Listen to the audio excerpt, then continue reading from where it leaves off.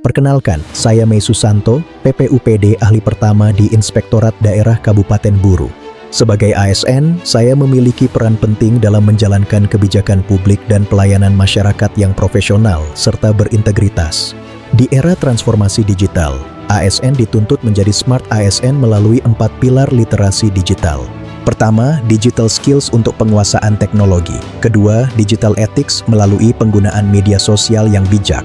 Ketiga, digital culture yang tetap berlandaskan nilai kebangsaan.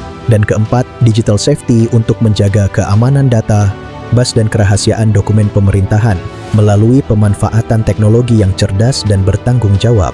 Saya berkomitmen mendukung terciptanya tata kelola pemerintahan yang transparan, akuntabel, dan modern.